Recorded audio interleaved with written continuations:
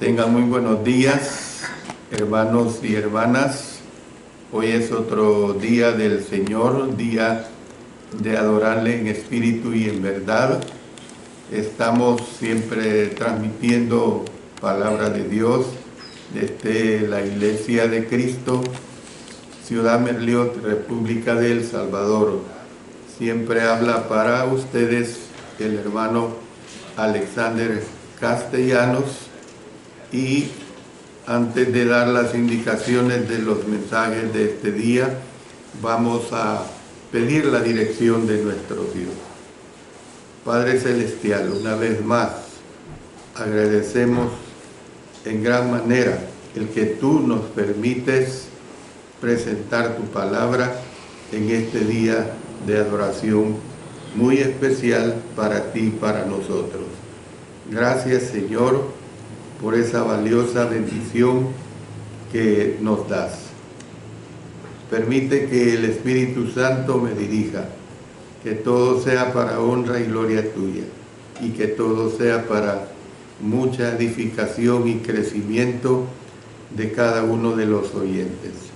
En el nombre de nuestro Señor Jesucristo. Amén. Estamos estudiando el capítulo 34 del libro de Génesis en el tema Jacob y su familia en Siquén. Hoy vamos a ver la parte que corresponde a las lecciones de vida que nos presenta este capítulo 34. Son lecciones muy interesantes y sobre todo son lecciones muy prácticas. Lo que vamos a ver ahora es cuando postergamos la obediencia. Porque digo que muchas veces se posterga la obediencia a nuestro Señor. Y un ejemplo típico de esto es cuando le hablamos a una persona del evangelio puro, el evangelio de salvación, y se lo presentamos tan claramente y la persona no obedece. Y la decisión o la respuesta de esta persona es decir, lo voy a seguir pensando. Y así se va postergando y postergando y postergando, y hay personas que pasan años y años y nunca obedecen. Se ha dado el caso de personas que han muerto en esta condición por esta postergación.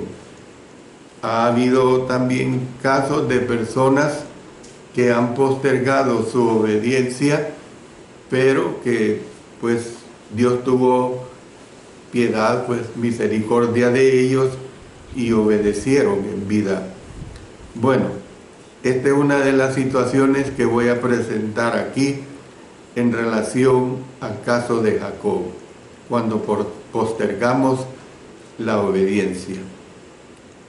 El pueblo de Dios debe tener cuidado con la tentación de postergar la obediencia a Él, y esto concierne a nosotros como hijos de Dios. Le voy a poner ejemplos prácticos. Por ejemplo, es mandamiento que nos congreguemos cada primer día de la semana. Usted como cristiano, como cristiana, usted no puede decir, bueno, si quiero me congrego. No es opcional, pues, esta situación. Es mandamiento cantar, es mandamiento orar. Para mí la ofrenda es mandamiento. Hay otros que no la toman así. Si no es mandamiento, entonces yo voy a ofrendar cuando me dé la gana y voy a ofrendar lo que quiera dar. ¿Ve? Entonces hay situaciones que nosotros tenemos que entender que espiritualmente hablando no las podemos cambiar. Entonces, por eso es que estoy diciendo que el pueblo de Dios debe tener cuidado con la tentación de postergar la obediencia a Él. Cuando Jacob estaba huyendo a Harán para escapar de la ira de Esaú, Dios se le apareció en un sueño en Betel. Él prometió estar con él y bendecirle donde quiera que viajara y luego traerlo de vuelta a su tierra natal. Además, el Señor le repitió las promesas del pacto que había hecho a Abraham, o sea, el don de la tierra de Canaán y muchos descendientes, que sería una bendición para todas las familias de la tierra. En respuesta a esta bendición, Jacob prometió servirle a Dios. Levantó un pilar en Betel, o sea, casa de Dios, y se comprometió, mejor dicho, a darle a Dios la 10ª parte de todas las bendiciones que recibiría. Esto ya lo hemos estudiado muy ampliamente en el capítulo 28 de Génesis. El texto no revela cuántos años habían pasado desde la manifestación del Señor a Jacob en Betel. Sin embargo, pasó 20 años en Harán, donde 11 hijos y una hija le nacieron a sus esposas y a las siervas de ellas. Al final de ese tiempo, Jacob regresó a Canaán con su familia, compró una propiedad para su familia en Siquén. También esto ya lo hemos estudiado ampliamente en el capítulo 33.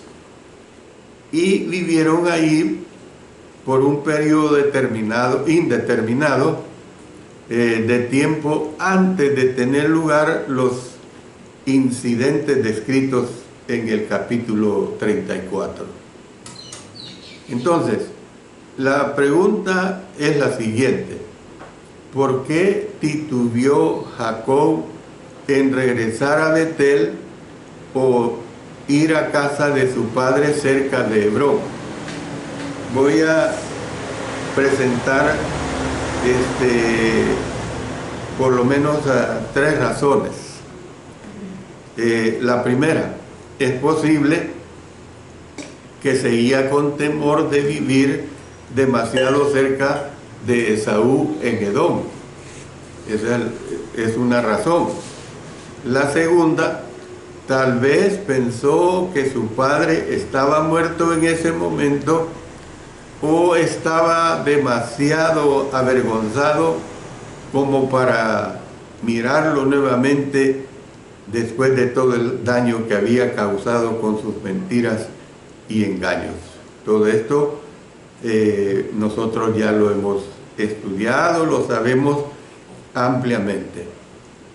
Y vemos la número 3, en vista de que había dado a Esaú gran parte de su riqueza de ganado, podría haber querido evitar dar a lo mejor otro 10% a Dios ahí en Betel.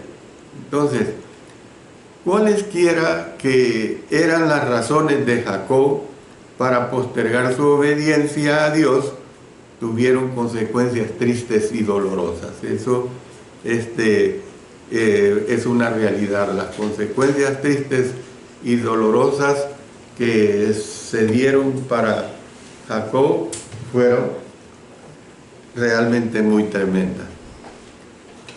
Entonces, ¿qué es lo que vemos? Pues, cuando el pueblo oye el llamado de Dios a hacer su voluntad, no es prudente posponer las cosas o darle solamente una obediencia parcial. Yo lo sigo ilustrando con el aspecto práctico de la adoración. ¿Qué pasaría si de repente nosotros, por una decisión carnal, decidiéramos que bueno, nos vamos a congregar una vez al mes y al fin y al cabo Dios recibe lo de nosotros, sabemos que estamos actuando con sinceridad y bueno, ahí nos vamos a congregar una vez al mes. O otra ilustración, bueno, sí, ahí vamos a tomar la cena del Señor cada primer domingo del mes o cada 3 meses o cada 6 meses o una vez al año. ¿Ve? Si al fin y al cabo el Señor sabe que somos sinceros. Entonces, esto es lo que nosotros tenemos que entender. Cuando el pueblo oye el llamado de Dios a hacer su voluntad, no es prudente posponer las cosas o darle solamente una obediencia parcial. La Biblia contiene muchos ejemplos de este tipo de respuestas y vamos a ver varios de ellos. Número 1. Samuel reprendió al rey Saúl por mostrar una obediencia parcial. Miren lo que dice 1 Samuel 15, versículos 22 y 23. Y Samuel dijo: ¿se complace Jehová tanto en los holocaustos y víctimas como en que se obedezca a las palabras de Jehová? Ciertamente el obedecer es mejor que los sacrificios, y el prestar atención que la grosura de los carneros. O sea, el punto era que estaban haciendo sacrificios, pero estaban dejando a un lado la obediencia. ¿Ve? Estaban presentando la grosura de los carneros, pero no le estaban poniendo la atención adecuada. ¿Ve? Porque como pecado de adivinación es la revelación, y como ídolos e idolatría la obstinación. Por cuanto tú desechaste la palabra de Jehová, Él también te ha desechado para que no seas rey. ¿Ve? Una obediencia parcial, pues. Número 2. Uno de los salmos habla y retó a sus contemporáneos a no posponer la obediencia. Miren lo que dice el Salmo 95, desde el versículo 7 y al final de este versículo hasta el 11. Dice: porque Él es nuestro Dios, nosotros el pueblo de su prado y ovejas de su mano.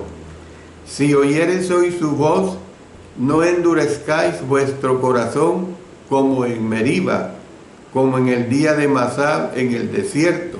O sea, oír la voz de Dios, no tener una actitud de endurecimiento. Si se oye la voz de Dios, ¿cómo oímos la voz de Dios actualmente? A través de su palabra escrita, pues. ¿Dónde me tentaron vuestros padres? Me probaron y vieron mis obras. Noten, vieron mis obras. 40 años estuviste disgustado con la nación, y dije: pueblo es que divaga de corazón, y no han conocido mis caminos.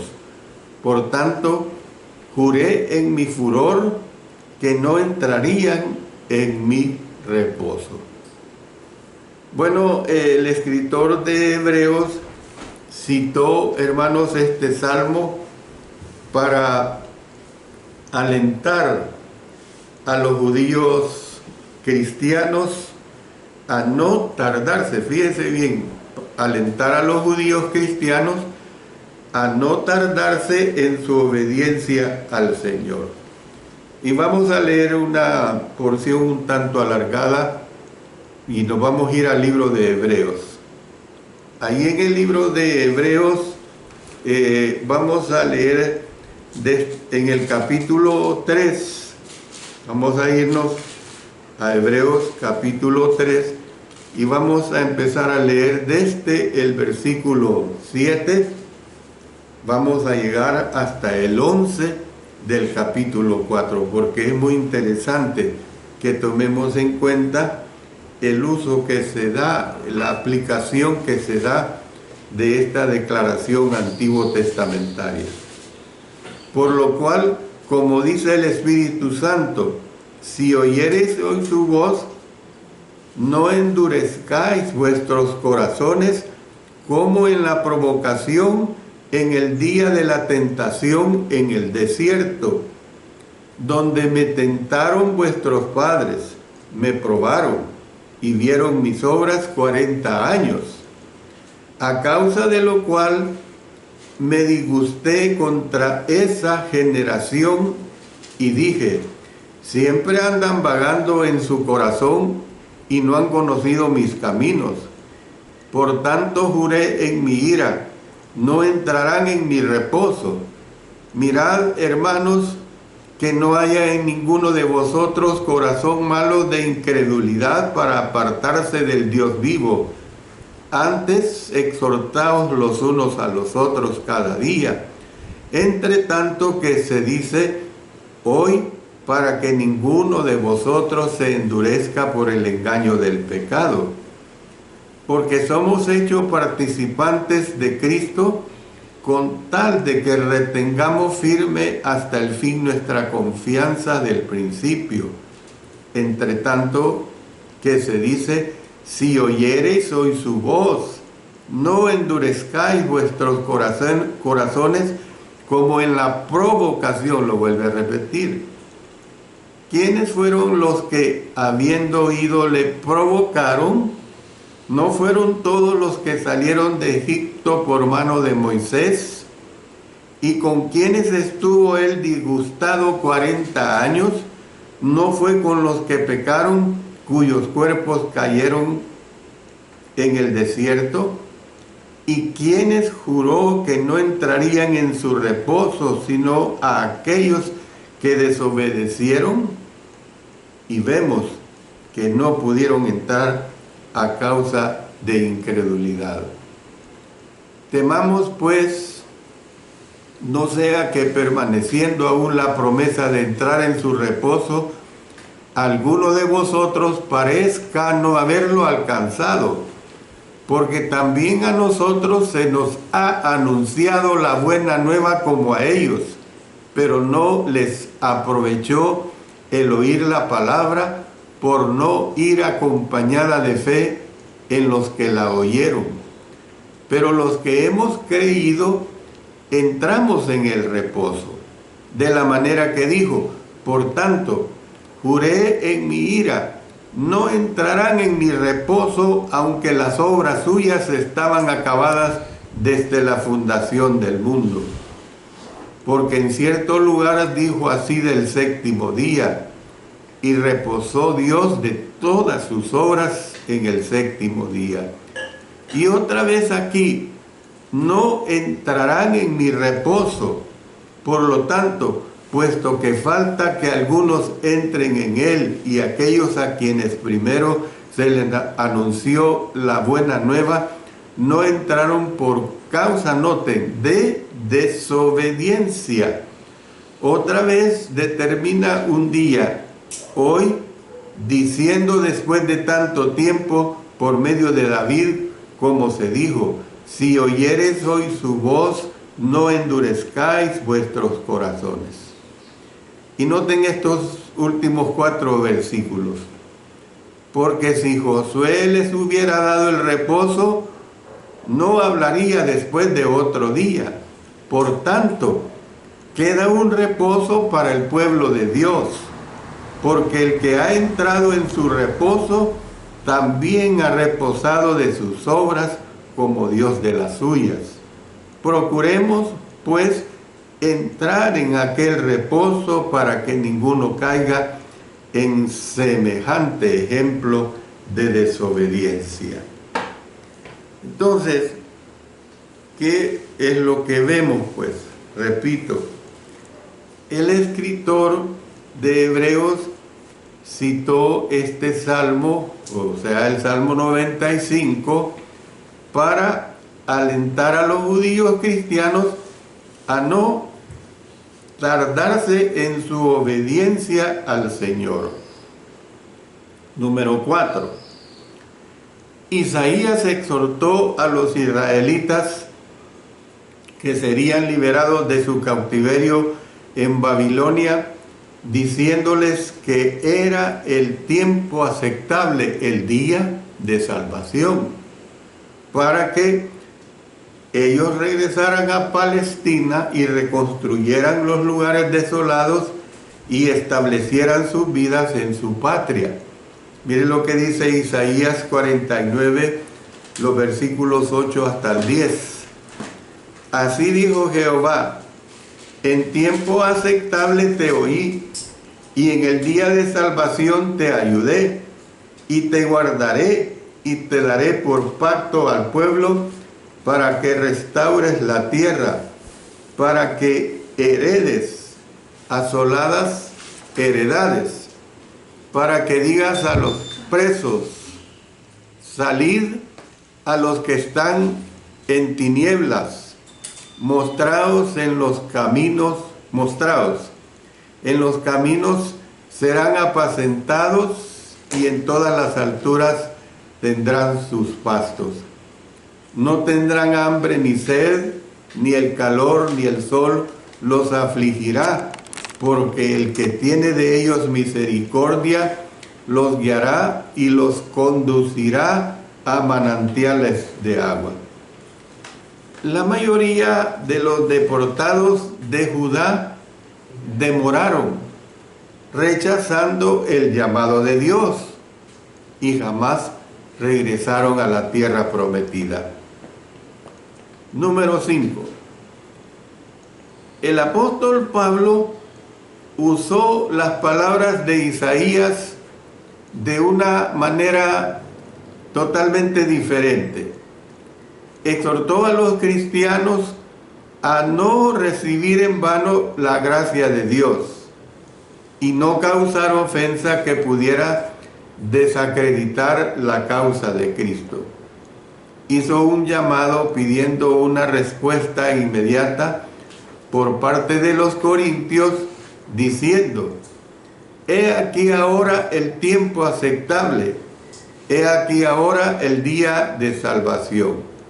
Mire, leamos 2 Corintios 6, 1 al 3. Así pues, nosotros, como colaboradores suyos, os exhortamos también a que no recibáis en vano la gracia de Dios, porque dice: en tiempo aceptable te he oído, y en día de salvación te he socorrido. He aquí ahora el tiempo aceptable, he aquí ahora el día de salvación. No damos a nadie ninguna ocasión de tropiezo, para que nuestro ministerio no sea vituperado. Número 6. El apóstol Pablo hizo un llamado similar a los efesios, que eran descuidados en su andar como hijos de Dios. Dijo que eran como sonámbulos y necesitaban despertar y aprovechar su tiempo. Mire lo que dice en Efesios capítulo 5, 14 al 16. Por lo cual dice: despiértate tú que duermes, y levántate de los muertos, y te alumbrará Cristo. Mirad pues con diligencia cómo andéis, no como necios, sino como sabios, aprovechando bien el tiempo, porque los días son malos. Entonces, ¿qué es lo que vemos de toda esta aplicación que aquí se nos presenta? Lo que vemos es que los cristianos se enfrentan constantemente a la tentación de posponer las cosas en el servicio a Dios. Esa es una realidad. Fíjense bien que no solo estoy hablando de las cosas diarias que nos toca hacer, las cosas diarias que nos toca hacer, La actitud del ser humano es de posponer, y eso se traslada a la vida espiritual en muchas ocasiones. Yo no estoy diciendo que esta es la generalidad de todos y de todas, pero sucede en muchos de nosotros. Entonces, si los cristianos nos enfrentamos constantemente a la tentación de posponer las cosas en el servicio a Dios, Él nos ayude, hermanos y hermanas, a actuar con prontitud y de una manera sabia. Eso es lo importante que nosotros tenemos que comprender. Yo voy a parar acá, voy a dejar lo que falta del estudio de esta aplicación para la segunda parte, o sea, para la hora de nuestro sermón, y luego vamos a ver aspectos todavía aún muy importantes. El Señor bendiga su bendita palabra. Oremos. Padre Celestial, gracias te damos para que nuestra actitud no sea de posponer sobre todo lo que corresponde a nuestra vida espiritual. Que realmente seamos muy diligentes en hacer la obra tuya. Lo hacemos todo en el poderoso nombre de nuestro Señor Jesucristo. Amén. Amén.